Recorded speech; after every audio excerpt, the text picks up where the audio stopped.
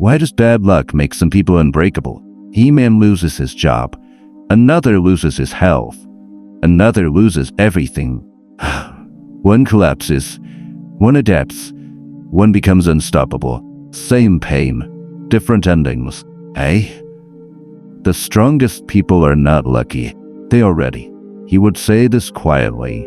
Most people do not fail because life is hard. They fail because they are surprised. They expected comfort. They prepared for ease. So when loss arrives, it feels like an attack. Remove the fear of loss, and you remove weakness. Long ago, Seneca taught a method.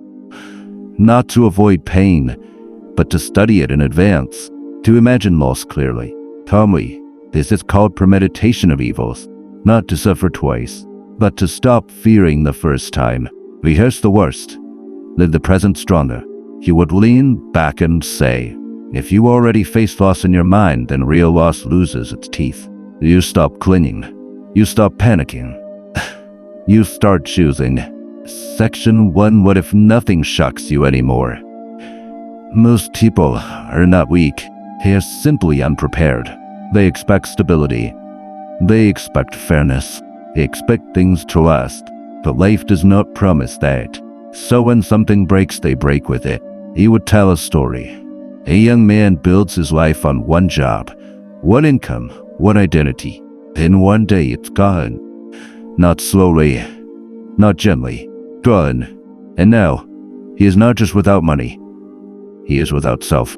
Another man faces the same loss, but he had already asked himself, what if I lose this? What would I do next?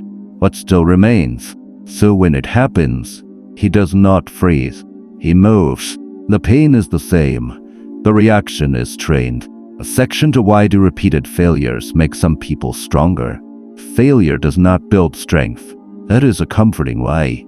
Failure destroys many people. What builds strength is how the mind meets failure.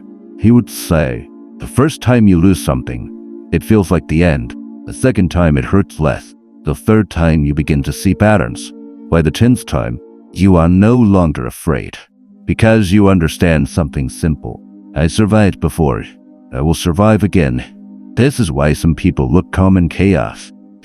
Not because they enjoy pain, but because they recognize it. They have seen it before. They have rehearsed it before. They have walked through it in thought. Strength is not built by pain. It is built by familiarity with pain. Section 3. What happens when you stop fearing loss? Fear controls behavior. More than logic. More than intelligence. He would lower his voice here. Most people do not chase what they want. They protect what they have. They stay in the wrong job. They stay in the wrong relationship. They stay in the wrong life. Why? Because they fear losing. But imagine this. You already accepted the loss. You already imagined the worst. You already made peace with it. Now what happens? You become free. Free to act.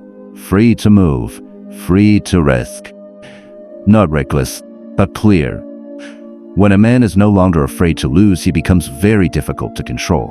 The less you fear loss, the more power you have. Section for why the modern world keeps you weak. He would not blame you. Not fully. The world you live in is designed to distract you.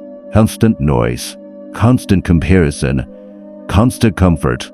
You are taught to avoid discomfort, to scroll past it, to numb it, to escape it.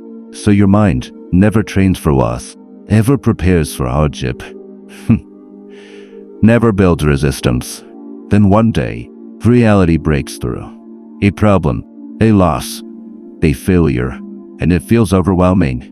Not because it is new to humanity, but because it is new to you. A distracted mind is an untrained mind. Section 5. How to practice premeditation of evils. He would not leave you with theory. He would give you something simple. Not dramatic. Not extreme.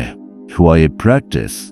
At night or in silence, ask yourself, what if I lose this?